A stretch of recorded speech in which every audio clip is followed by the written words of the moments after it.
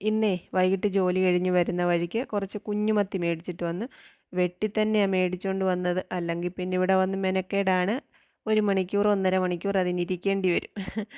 അപ്പോൾ ഇന്ന് മത്തി കഴിക്കാൻ ഒരാഗ്രഹം. അപ്പോൾ അതെല്ലാം കഴുകി വൃത്തിയാക്കി എടുത്ത് വെച്ച് ഇന്നത്തേക്ക് വറക്കാനുള്ളത് മാറ്റി വെച്ചിട്ട് കുളിയും ജപമൊക്കെ കഴിഞ്ഞ് വന്നു. ഇനിയിപ്പോൾ അത് മസാല പുരട്ടി വെക്കാമെന്ന് വിചാരിച്ച് എരിവിന് വേണ്ട പച്ചമുളകും മഞ്ഞൾപ്പൊടിയും കൂടെ ചേർത്ത് മിക്സിക്കകത്തൊന്ന് അരച്ചെടുക്കുവേ.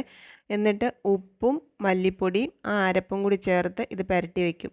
ഈ മീൻ വറക്കുന്നതിനകത്ത് നിങ്ങൾ മല്ലിപ്പൊടി ചേർക്കാറുണ്ടോ എന്ന് കമൻറ്റ് ചെയ്യണേ. ഞാൻ അങ്ങനെ ചേർക്കാറില്ലായിരുന്നു. പക്ഷേ ഒരു വീഡിയോയിൽ മല്ലിപ്പൊടി ചേർക്കുന്നത് കണ്ടിട്ട് ഞാൻ അങ്ങനെ ചെയ്ത് വറുത്തെടുത്തപ്പോൾ നല്ല രുചി തോന്നി. ഇപ്പോൾ അതുകൊണ്ട് ഞാനും ഇച്ചിരി മല്ലിപ്പൊടിയൊക്കെ ചേർക്കാറുണ്ട്. പിന്നെ ഒരു 10-15 മിനിറ്റ് മസാല പുരട്ടി വെച്ചിട്ട് മീൻ വറക്കാൻ എടുത്തിട്ടിട്ടുണ്ട്. മോനുകുട്ടന് രാത്രി അത്താഴത്തിന് ചോറ് വേണ്ട, ഗോതമ്പ് ദോശ മതി എന്ന് അറിയിച്ചിട്ടുണ്ട്. തന്നെത്താനെ അതിനുള്ള മാവൊക്കെ തയ്യാറാക്കി വെച്ചിട്ടുണ്ട്. 2-3 ഗോതമ്പ് ദോശയ്ക്കുള്ള മാവാണ് അത്, ഞാൻ ഉണ്ടാക്കി എടുത്തിട്ടുണ്ട്. ഇനിയിപ്പോൾ അത്താഴം വിളമ്പാം.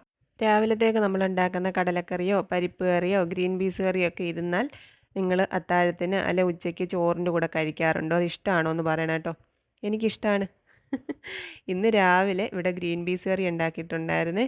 അപ്പോൾ അത് ഇരിപ്പുണ്ട്. പിന്നെ കോവയ്ക്ക മെഴുക്ക് പുരട്ടിയും മത്തി വറുത്തതും. ഇത് ബീട്രൂട്ട് അച്ചാറാണ് കേട്ടോ. സൂപ്പർ അച്ചാറായിരുന്നു. മാമി ഉണ്ടാക്കി തന്നതാണ്. അങ്ങനെ ഇന്നത്തെ അത്താഴം റെഡി ആയിരിക്കുകയാണ്. കഴിക്കട്ടെ.